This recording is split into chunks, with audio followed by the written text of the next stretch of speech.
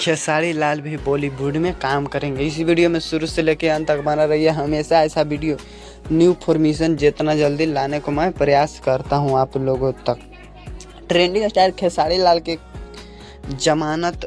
जमानत berry series आ रहा है। तो खेसारी लाल धमाल और बवाल भोजपुरी इंडस्ट्री में मचाएगा। बॉलीवुड में काम करते हैं खेसारी लाल, लेकिन काम करते हैं तब बवाल काम करते हैं। जिस वेब सीरीज के नाम है जमानत एक ज़बरदस्त बवाल मचा के रख देंगे।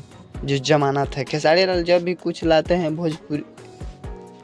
भोजपुरी सिंगर होते हुए हिंदी बॉलीवुड सब में धमाल व बवाल मचाएंगे। खेसारी लाल गानों भी लाते हैं तो लाए हैं कुमार।